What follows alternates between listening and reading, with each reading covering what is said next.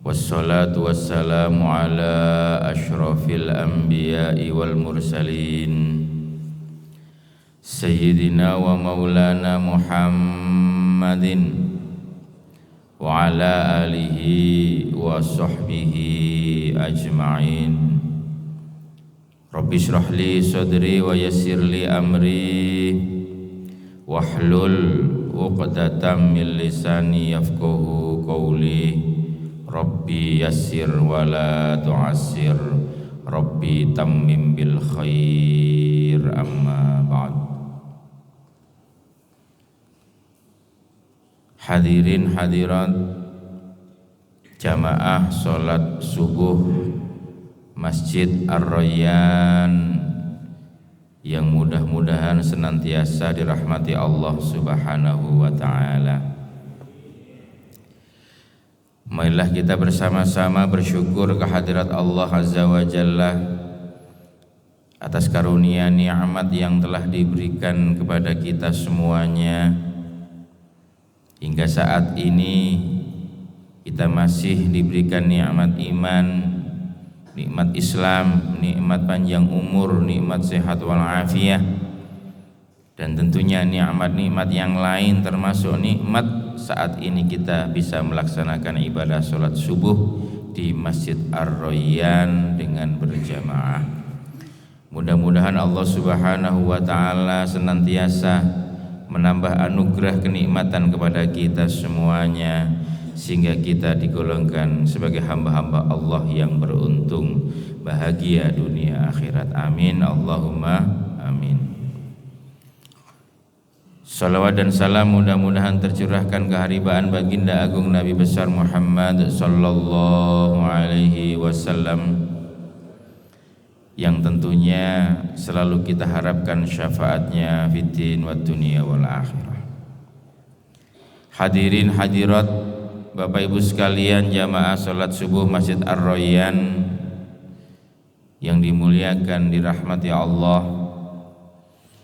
Tentu ketika saya bertanya kepada Bapak Ibu sekalian, apakah di antara doa-doa kita atau keinginan-keinginan kita kira-kira yang belum diijabah oleh Allah itu sedikit apa banyak? Banyak gitu. Dungone panjenengan, doa panjenengan yang belum dikabulkan Allah itu sedikit apa banyak?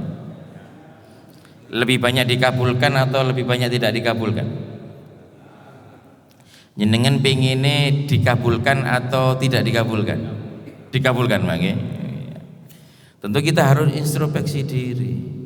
Mengapa sih doa kita, keinginan kita yang selalu kita doakan dan minta kepada Allah setiap sholat atau setiap ada kesempatan itu kok belum juga dikabulkan oleh Allah? Kenapa demikian? Yang kesusahan ekonomi, kenapa kok kemudian belum bisa surplus secara ekonomi? Yang belum punya pasangan, kenapa kok belum didekatkan dengan pasangan dan dipertemukan dengan pasangan? Dan seterusnya dan seterusnya. Maka dalam berbagai kesempatan Al-Imam Al-Ghazali itu senantiasa mengingatkan kepada kita, mungkin karena doa-doa kita itu terhambat oleh dosa-dosa yang senantiasa kita lakukan. Kata Imam Ghazali itu, panca indera, mulai mata, telinga, mulut, dan seluruh yang kita punya di tubuh ini, itu merupakan sungai-sungai, sarana-sarana yang mengalirkan dosa-dosa yang nanti akan bermuara di hati kita. Sehingga ketika kita terus melakukan kemaksiatan, baik itu melalui penglihatan kita, melalui mulut kita, melalui pendengaran kita, atau melalui perbuatan yang dilakukan oleh tangan dan kaki kita, hendaklah kita senantiasa membersihkannya. Kalau tidak, maka dosa-dosa itu akan mengalir ke hati, sehingga hati kita menjadi gelap, menjadi hitam, menjadi berkarat, sehingga kita susah untuk senantiasa ingat Allah, untuk bertakarrub kepada Allah, untuk tembus doa kita kepada Allah Subhanahu wa taala. Untuk itu maka perbanyaklah istighfar. Untuk mengawali kajian subuh ini, mari kita baca istighfar 3 kali.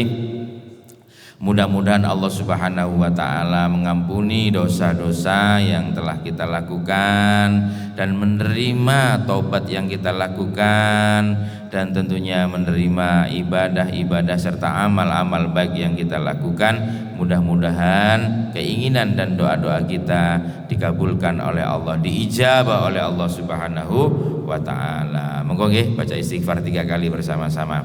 Astaghfirullah Rabbal baraya, astaghfirullah minal khataya, Rabbi zidni ilman nafi'a wa wafiqni amalan salihah. Astaghfirullah Rabbal baraya, astaghfirullah minal khataya, Rabbi zidni ilman nafi'a wa wafiqni amalan maqbula. Astaghfirullah astaghfirullah minal khataya, Rabbi zidni ilman nafi'a wa wafiqni amalan maqbula. Alhamdulillahirabbil alamin. Bapak Ibu sekalian, hadirin hadirat jamaah salat subuh Masjid Ar-Rayyan rahimakumullah. Hari ini kita masih berada di bulan Maulid. Oleh takmir saya diminta untuk mengkaji persoalan ini berdasarkan konteks kekinian atau kesaat inian. Kita tahu bahwa keteladanan Rasulullah Shallallahu Alaihi Wasallam itu langsung dijamin dan dinas oleh Allah dalam Al-Quran. Allah sendiri menegaskan dalam Al-Quran, laqad kana lakum fi rasulillahi uswatun hasanah. Benar-benar tampak dalam diri Rasulullah itu suri tauladan yang baik. Tentu itu cerminan yang sempurna bagi kita.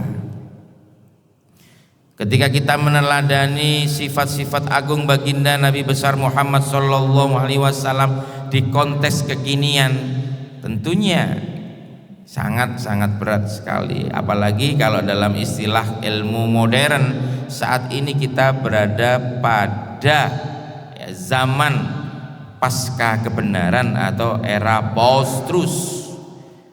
Apa itu?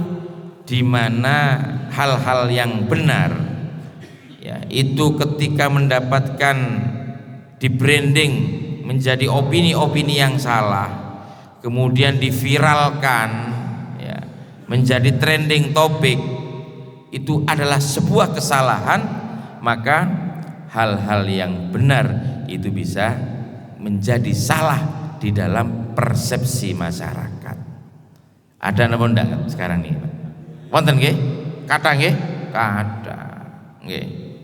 Coba panjenengan ketika buka HP kemudian buka aplikasi kamera 306 gitu 360 foto diedit. Kira-kira editan ini sama enggak dengan aslinya? Yang benar ini yang sesungguhnya apa editannya, Pak? Atau foto yang jenengan edit itu ketika ditampilkan begini mengecoh para netizen apa enggak kira-kira? Jenengan misalkan Pak G, usia berarti sekarang Bapak? Usia 58, itu bisa dibuat usia berapa? 18, 28 bisa Pak. Oke. Bisa napa mboten? Bisa. Karena apa? Karena kecanggihan alat komunikasi. Pernah melakukan seperti itu Bapak? Nggih.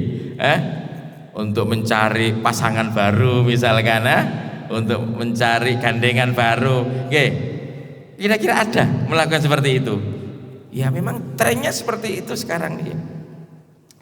Begitu juga sebaliknya, hal-hal yang salah, ya, hal-hal yang tidak benar, kemudian diviralkan menjadi trending topik, mempengaruhi opini masyarakat. Ya, hal-hal yang salah pun ketika di framing menjadi sebuah kebenaran, maka itu akan dianggap dan dipersepsi sebagai sebuah kebenaran. Waduh, luar biasa Pak. Ya, panjenengan kira-kira bawa yang namanya alat komunikasi sehari semalam 24 jam, berapa jam kira-kira? Halo? Pinten jam? Berapa jam? 24 jam. Kecuali mungkin tidur saja sampean tidak membawa HP atau tidak melihat HP. Nggih. Jadi kita setiap hari dipenuhi otak kita dengan informasi yang kita baca, yang kita dapatkan dari alat yang namanya smartphone nih, Pak. Apa saja sampean menggunakan alat-alat yang namanya alat smartphone ini.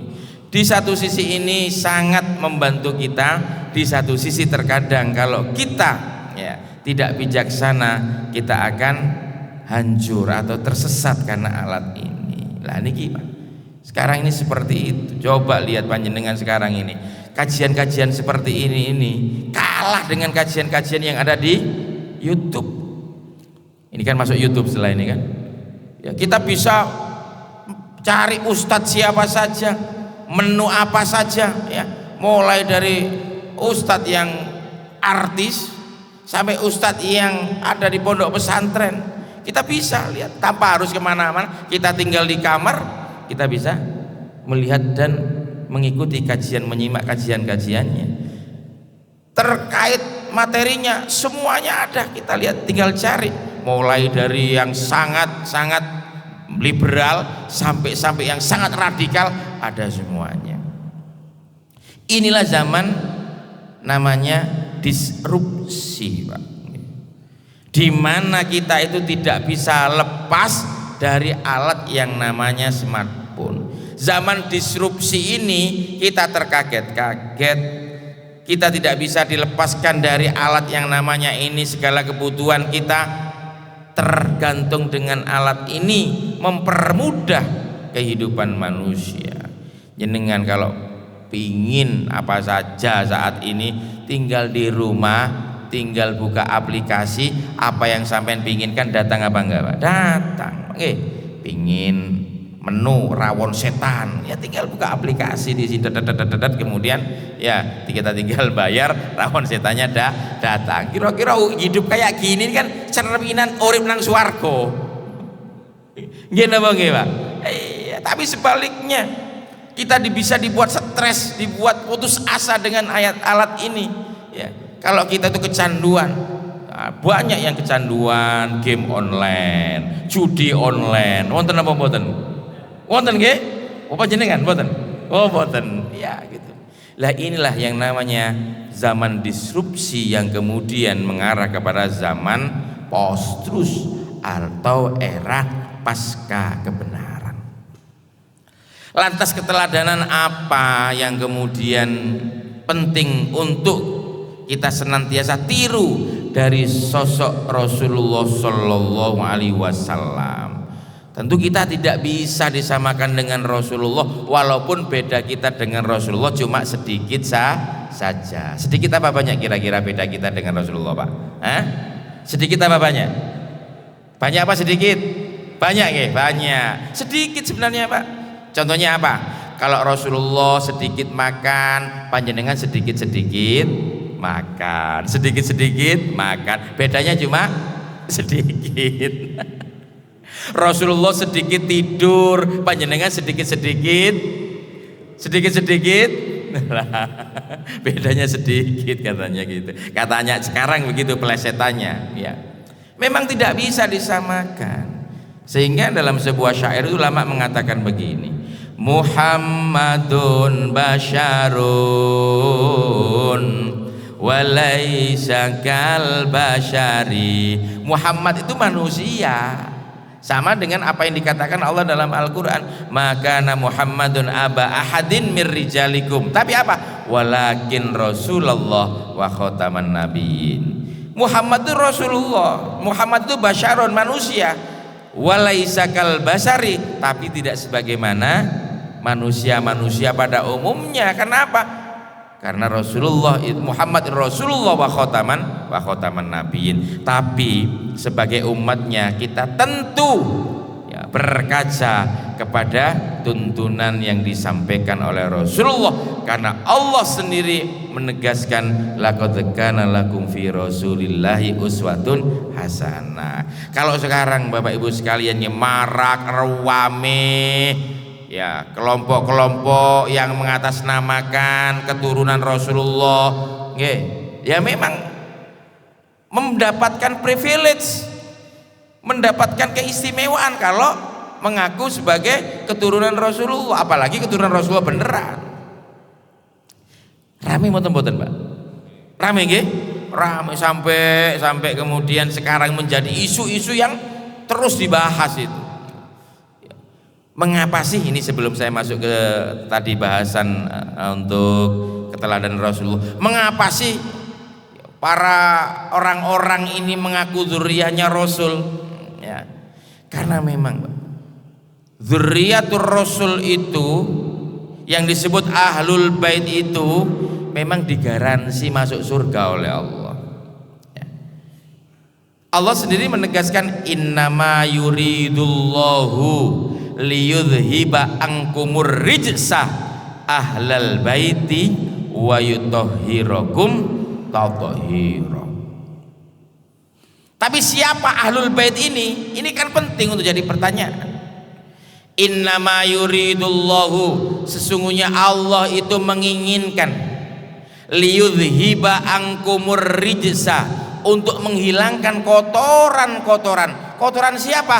Ahlal baiti, yaitu ahlul bait, wa yutahhirakum tathira, dengan sebersih-bersihnya. Cuma siapakah ahlul bait itu? Dalam banyak riwayat dikatakan ketika Rasulullah di tengah-tengah para sahabat kemudian memanggil yang namanya Aisyah, Fatimah, kemudian Ali bin Abi Thalib, kemudian dua cucunya Hasan dan Husain, kemudian menutupnya dengan selendang, hadza ahlul baiti hadza itrati, ini keluargaku, ahlul baitku. Berarti ahlul bait itu dalam konteks riwayat ini adalah terbatas kepada Fatimahuz Zahra, putri Rasulullah, Ali bin Abi Thalib, menantu sekaligus sepupu Rasulullah, dan kedua cucunya Sayyidina Hasan dan Sayyidina Husain.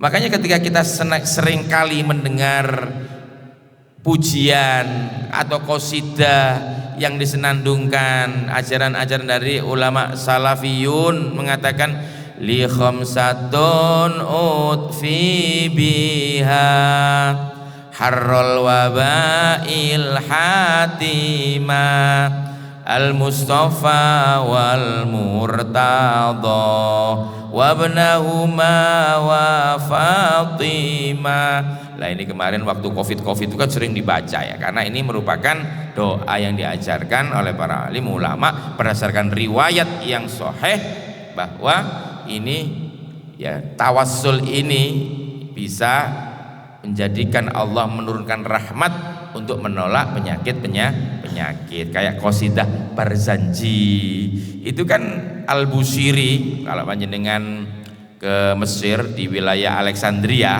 itu di sana ada masjid, di dalamnya ada Maqbarah Al-Busiri, pengarang kitab apa? Burda. Nah, di sana itu ketika Al-Busiri itu sakit, kalau sekarang bahasa sakit stroke Pak, ya nggak bisa ngapa-ngapain. Beliau itu rindu kepada Rasulullah, kemudian Dari saking rindunya itu beliau menyenandungkan pujian-pujian kepada Rasulullah. Ya Rabbi bil Mustafa balligh maqasidana waghfir lana ma madha ya wasi'al karami wal habibul ladzi turja syafa'atuhu likulli hauli minal ahwali muqtahimi. Terus ya Rabbi bil Mustafa, terus begitu ya, Maulaya sholli wasal dan seterusnya. Itu didatangi Rasulullah dengan menutupi atau menyelimuti Imam Busiri ini dengan jubahnya Rasul atau dengan selimutnya Rasul. Makanya ini disebut sebagai qasidah apa? Burdah lah. Niku setelah bangun kemudian sembuh lah. Ini sama dengan tadi itu. Ketika kita baca qasidah yang sholawatan lah kira-kira yang langsung diijazah oleh Rasulullah SAW. Jadi hadza ahlul baiti, sebatas 5 itu saja.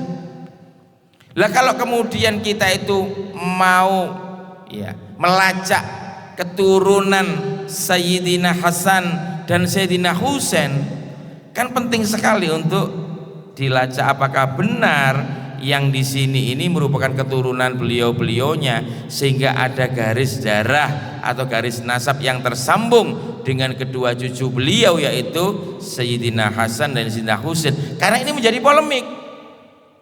Ya, Rasulullah itu wafat tahun 632 Masehi.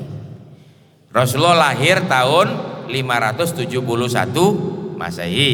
Kalau Bapak Ibu baca Tarikh At-Tabari misalkan, atau Tarikh Ibnu Hisham, Tarikh Ibnu Ishaq, kalau mau bahasa Inggris ada The History of Arab punyaan Philip Kahiti atau Anna Maria Schimmel.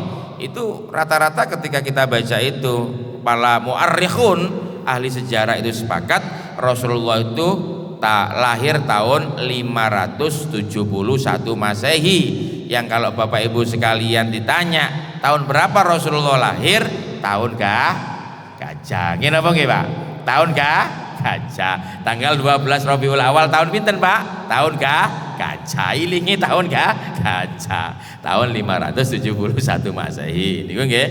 Itu usia Rasulullah 63 tahun, berarti tinggal ditambah sehingga nyampe di sana ketemu 632 Masehi.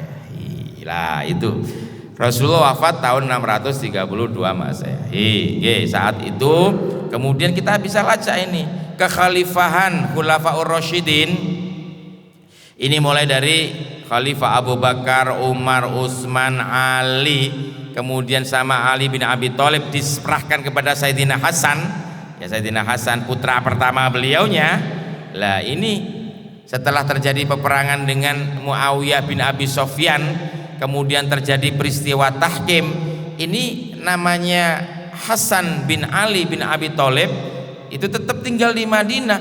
Beberapa keturunannya ada yang ke Mekah, yang kemarin kalau sebelum dikuasai Wahabi, Muhammad bin Abdul Wahab, itu ada penguasa namanya Syarif Husain.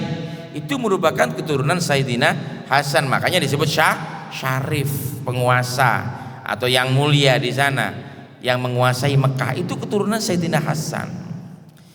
Ada juga yang berdiaspora keturunan Sayyidina Hasan itu ke Turki, ya, Turki sekarang, ya. Makanya Sultan Mehmed yang menaklukkan Konstantinopel itu adalah keturunan Sayyidina Hasan. Ada yang kemudian bermigrasi ke Maroko, ke Yordania, nah, ini ke Mesir. Ini adalah rata-rata keturunan dari Sayyidina Hasan. Makanya ada salah seorang raja Mesir, ya, yang menikah dengan wanita Nusantara, namanya siapa? Nyimas Rara Santang. Nyimas Rara Santang itu putri dari Prabu Siliwangi. Ketika beliau bersama kakaknya Pangeran Cakrabuana atau Pangeran Walang Sungsang yang merupakan murid dari Sayyid Kuro, ya, Sayyid Kuro, Syekh Kuro begitu, itu kemudian disuruh haji, ya, di sana bertemu dengan Syarif penguasa Mesir, ya, penguasa Mesir. kemudian menikah, dibawalah ke Mesir, ya, punya putra 2. Siapa itu? Di antaranya adalah Syarif Hidayatullah atau Sunan Gunung Jati. Lah ini Wali Songo keturunan Sayyidina Hasan. Nah, sedangkan putra satunya Sayyidina Husain ini di antara istri beliau adalah orang Persia. Sekarang itu disebut Iran. Ketika terjadi konflik dengan dinasti Umayyah, perang, Sayyidina Husain ini hendak lari ke Persia. Dikejar oleh pasukannya Yazid bin Muawiyah.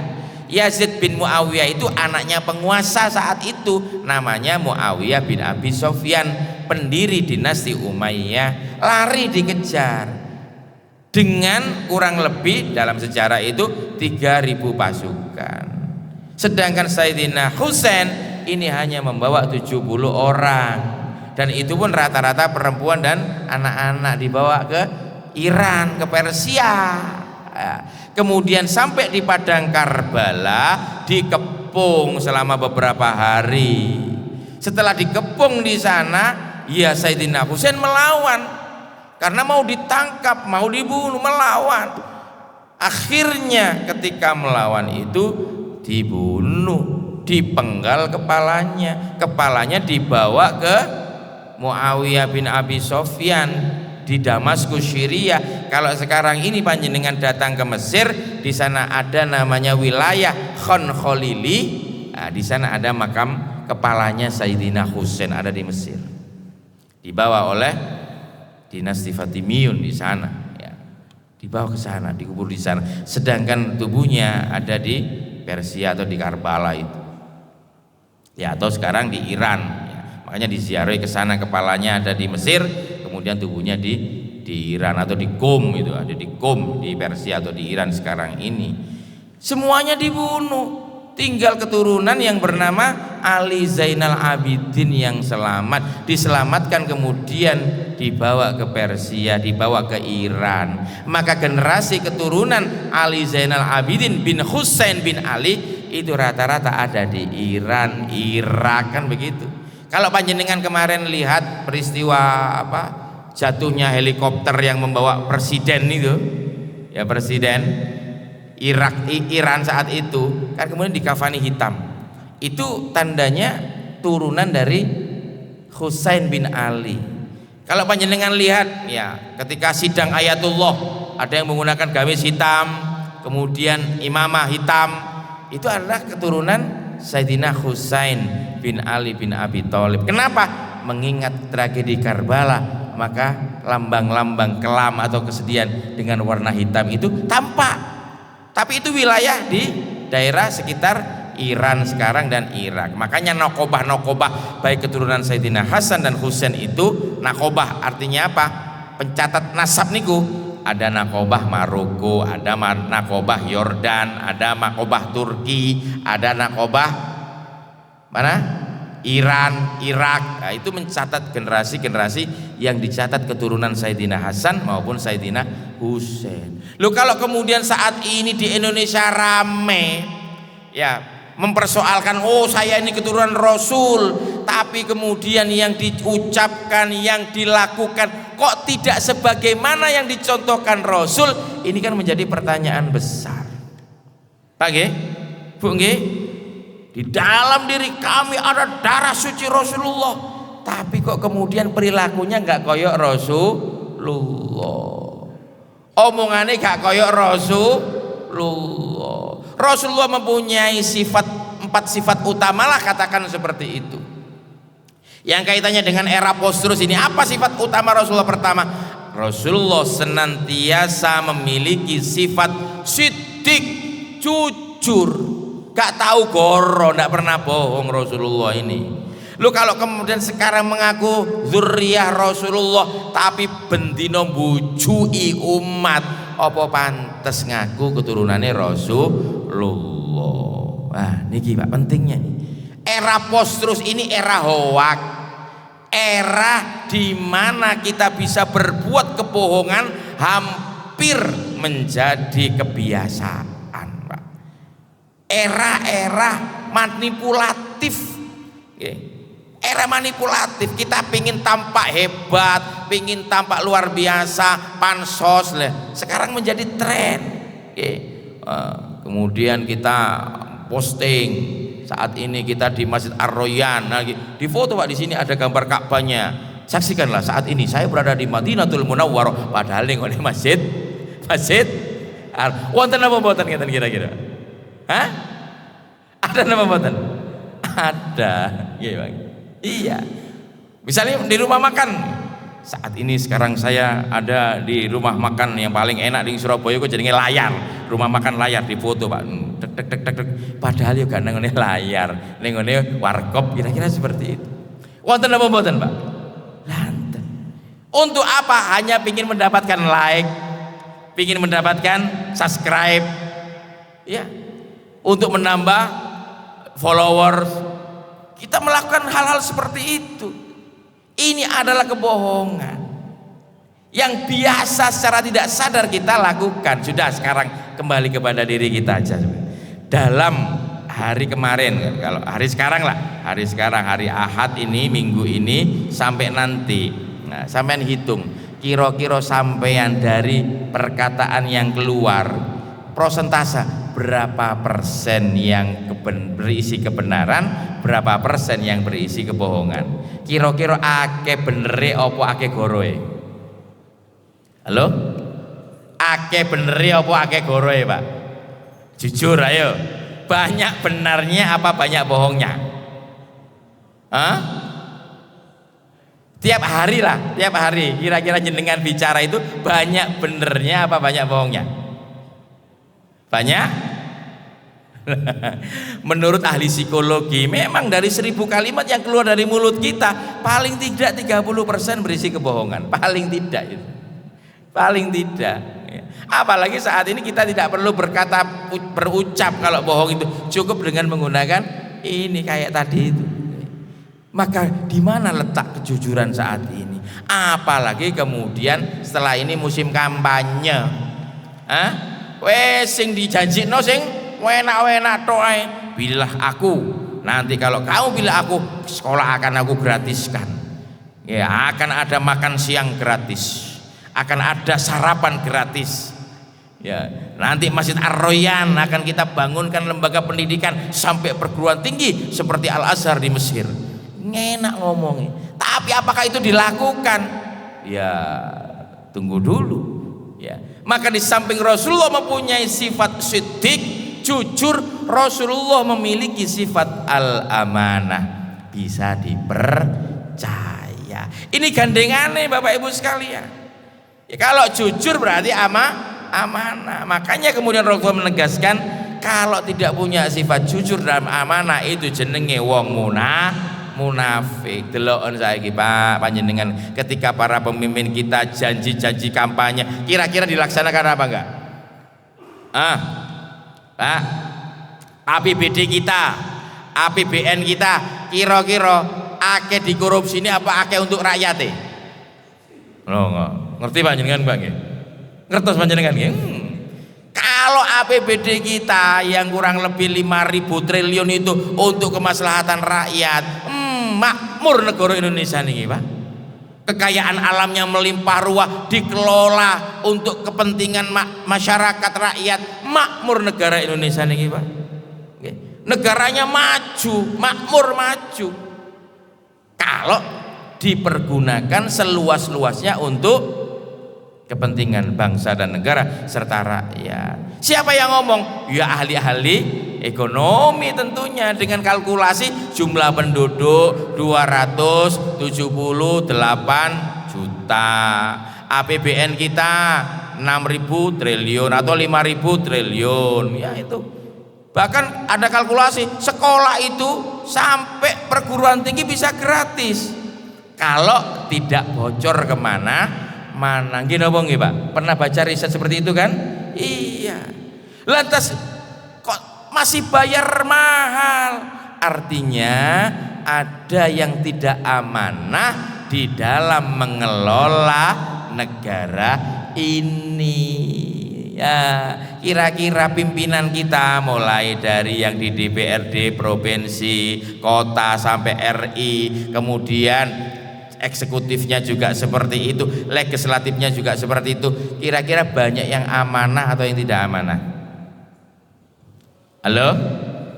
Bapak Ibu sekalian, amanah atau tidak amanah? Hah? Lah, kita bisa menilai sendiri apakah pemimpin yang kita pilih, apakah pemimpin yang kita dukung itu amanah atau tidak. Karena untuk meneladani Rasulullah, sifat utama dua ini luar biasa. Kita jujur, kita amanah, insya Allah hidup kita enak, nyaman, tenang. Kenapa?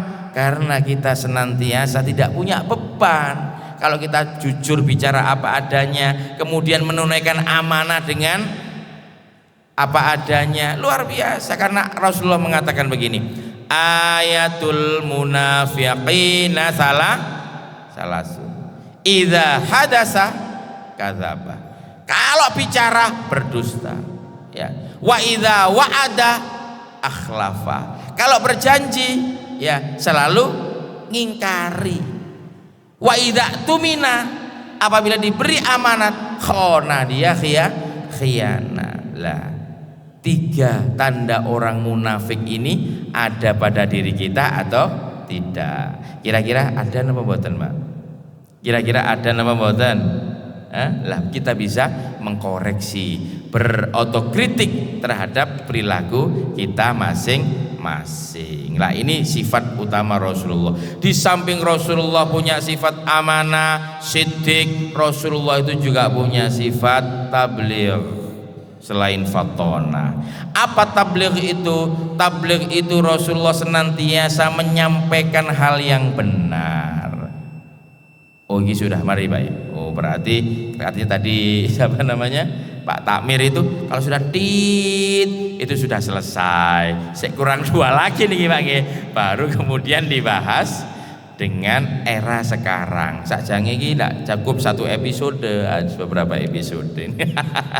Tapi nggak apa-apa, ini ada tambahan waktu semulut untuk tanya jawab dengan 2 sifat Rasulullah tadi itu, keteladanan Rasulullah. Monggo, karena memang kita dibatasi oleh waktu. Kami persilahkan kepada para jamaah untuk merespon hal-hal yang mungkin perlu didiskusikan. Monggo.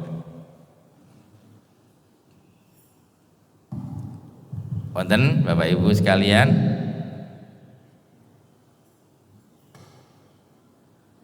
Ngantuk nih? Oh nggih, monggo.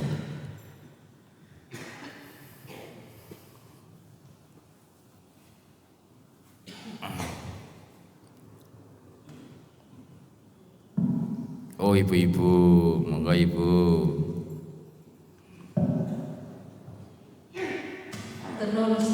Nggih. Waalaikumsalam warahmatullahi wabarakatuh. Alhamdulillah, syukurillah, Ustaz sudah menyampaikan tentang beberapa sifat Rasulullah yang sudah disampaikan siddiq dan amanah. Kebetulan sebentar lagi ada pilkada, Ustaz, dan kita ini berada di Jawa Timur. Kalau tadi antara lain, kalau tidak amanah itu tidak sama dengan munafik. APBD, APBN itu banyak yang dikorupsi.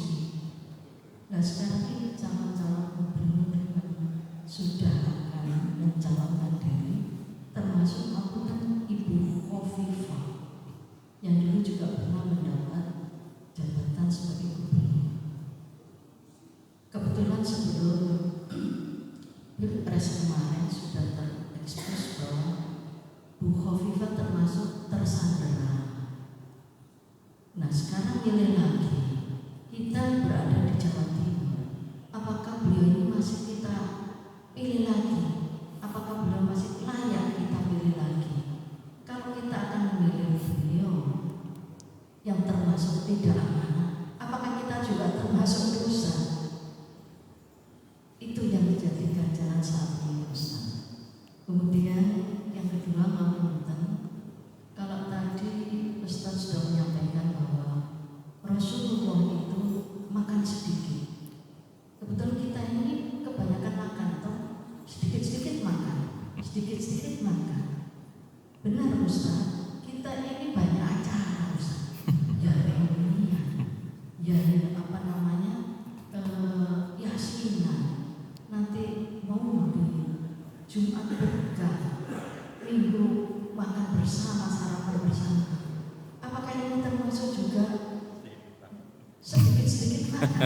sedikit makan.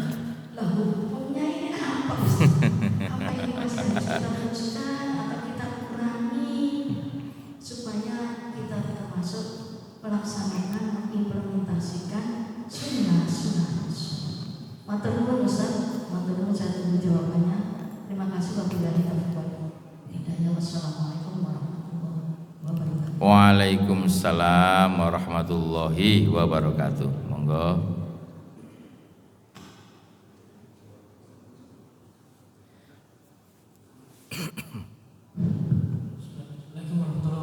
Waalaikumsalam warahmatullahi wabarakatuh. Izin bertanya, Ustaz, untuk era post-trust ini, post-truth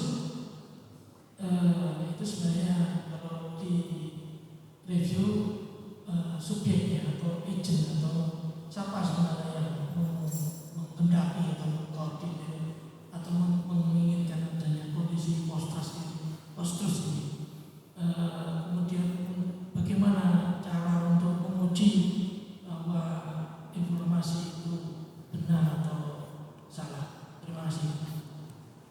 Matur suwun, ini luar biasa ini panjang kalau yang nomor 2 ini, karena nanti itu kita tarik kepada awal mula nanti munculnya post-truth ketika eranya George Bush eranya George Bush atau Donald Trump kemarin kalau yang terakhir itu. Baik, yang pertama kita itu punya panduan memilih seorang pemimpin. Contohnya sebagaimana yang disampaikan oleh Rasulullah. Dalam konteks ini maka para ulama itu membuat rumusan namanya fiqhus siyasah, fikih politik, yang di sana ada item bahasan namanya nasbul imamah, memilih seorang pemimpin. Ada kualifikasi di dalam kriteria seorang pemimpin. Harus sehat jasmani, harus sehat rohani, harus track recordnya baik, dan seterusnya.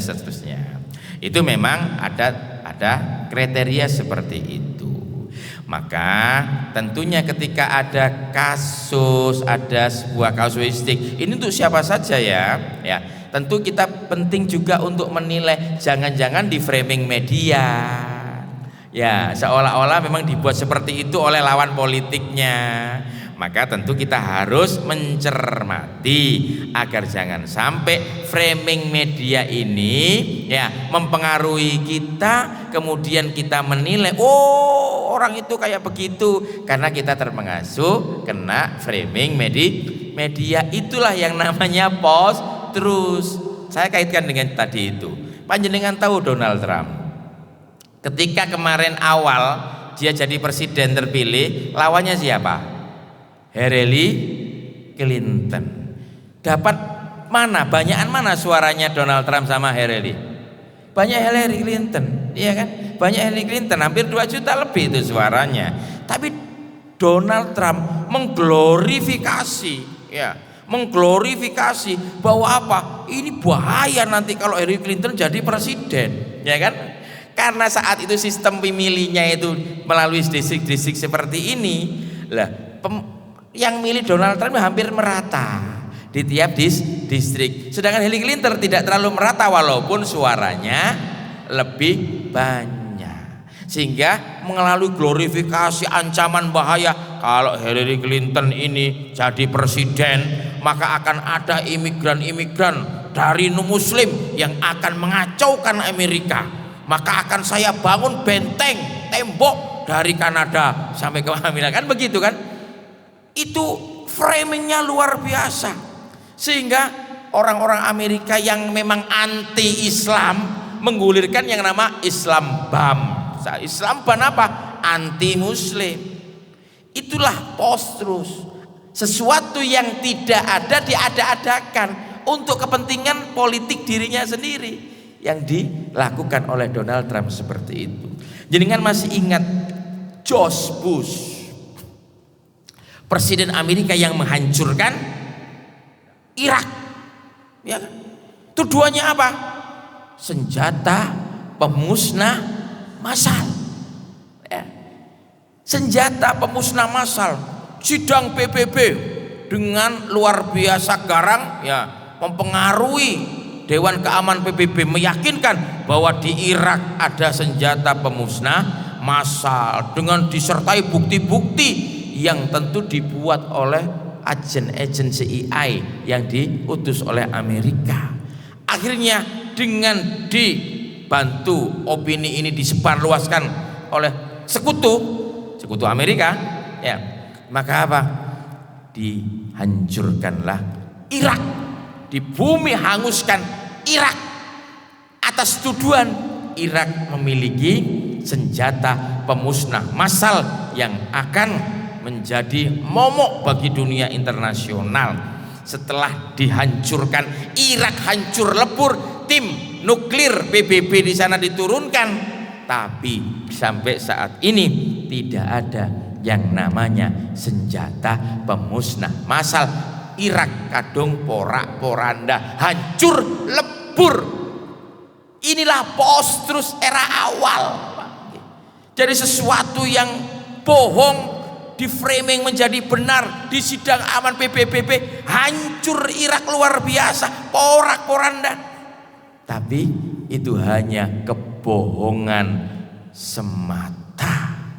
Panjenengan tahu Muammar Gaddafi, presiden Libya, seluruh hasil minyak digunakan untuk rakyatnya, makmur rakyatnya Pak. Sampai membangun masjid di mana-mana, termasuk di Indonesia banyak masjid yang dibangun oleh Muammar Gaddafi. Berkuasa kurang lebih 40 tahun. Ini garai gatel Amerika Pak. Dibuat isu Muammar Gaddafi ini adalah rezim otoriter. Muammar Gaddafi ini nanti akan menguasai Haramain ya, Mekah Madinah, karena memang Muammar Gaddafi itu di depan Oki itu mengatakan Mekah Madinah harus dikuasai oleh negara Islam seluruh dunia pengelolaannya, jangan hanya Saudi saja. Dikili-kili Saudi, awas kon, Muammar Gaddafi punya agenda tersembunyi seperti itu, terpengaruh, terprovokasi. Akhirnya apa? Kemudian rakyatnya dipanas-panasi ya, bahwa Muammar Gaddafi memiliki agenda personal, agenda pribadi, padahal istana ini lo tenda pakai gak duwe apa-apa, jabatannya duduk jenderal tapi kalau kolonel Gaddafi, sehingga masyarakat terpengaruh, kemudian diadu domba, digulingkan Muammar Gaddafi Pak. Setelah digulingkan bagaimana? Hancur lebur sekarang ini yang namanya Libya, perang saudara antara Tripoli ibu kotanya dengan Benghazi kota besar, terus perang sampai sekarang ini, gak mari-mari. Sampai di sana tuh dia itu sangat rindu kepada sosok Muammar Gaddafi. Dulu ada kesaksian dari hakim yang memutus ya Saddam Hussein bersalah dan dihukum pancung, menyesal. Yang menurunkan patungnya Saddam Hussein menyesal. Karena apa? Karena telah dibohongi dan diprovokasi. Ini era proses, era-era awal di Indonesia. Kalau saya cerita masalah pilpres dan lain sebagainya, kaitannya ada, tapi kan gak enak ngomong di sini. Termasuk tadi yang ditanyakan ibu itu. Lah kita harus benar jeli, harus benar-benar kita itu selektif menyaring informasi agar kita tidak tersesat. Nanti sebenarnya ada cerita dari Luqman Hakim itu terkait bagaimana orang itu tersesat karena omongan-omongan masyarakat. Tapi kalau saya ceritakan di sini butuh waktu 10 sampai 15 menit lagi. Nanti aja kapan-kapan kalau saya kesini lagi saya ceritakan. Terakhir, okay? Terkait dengan sedikit-sedikit tadi itu, Al-Quran sudah menegaskan, Allah menegaskan kulu washrobu wala tusyrifu ya, kulu makanlah kalian ya, minumlah kalian, tapi jangan berlebihan.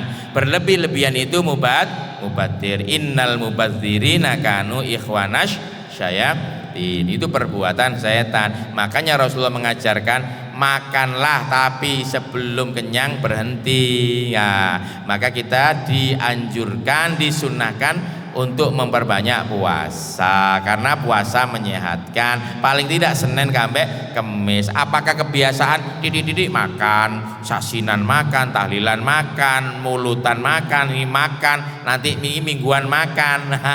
Apakah ini sedikit-sedikit makan, sedikit-sedikit makan panjenengan sing semerap? Nggih, karena dari aspek kesehatan pun seperti itu juga tidak baik. Baik napa mboten, Pak? Baik napa mboten sedikit-sedikit makan niku?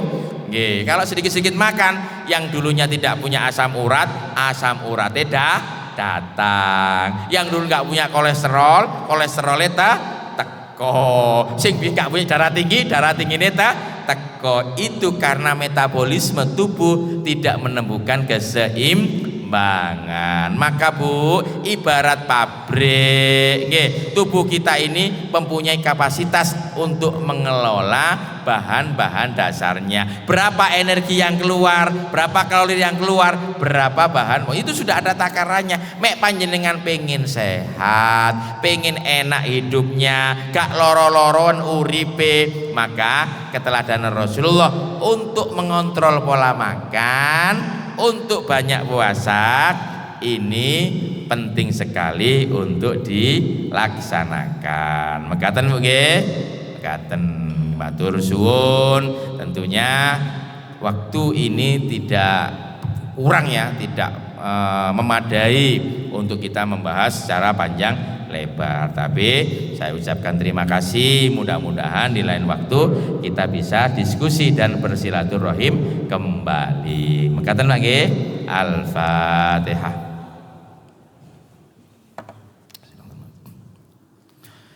Allahumma sholli ala sayyidina Muhammad walhamdulillahi rabbil alamin. Allahumma yassir lana ya Allah wa la tu'assir alaina ya Allah. Allahumma ya muyassiru yassir, ya mudabbiru dabbir, ya musahhilu sahil. Sahil alaina kulla asir, sahil alaina kulla asir, sahil alaina kulla asir bi jahil basyirin nadhir. Allahumma tawil a'marana wa sahhi ajsadana wa hasin a'malana. Allahumma inna nas'aluka sihhatan bit taqwa wa tula umrina wa husna amalina wa rizqan la tu'adzibu aina. Rabbana atina fid dunya hasanah wa fil akhirati hasanah wa qina adzabannar. Walhamdulillahi rabbil alamin. Aqulu qouli hadza wallahul muwaffiq ila aqwamit thoriq. Wassalamualaikum warahmatullahi wabarakatuh.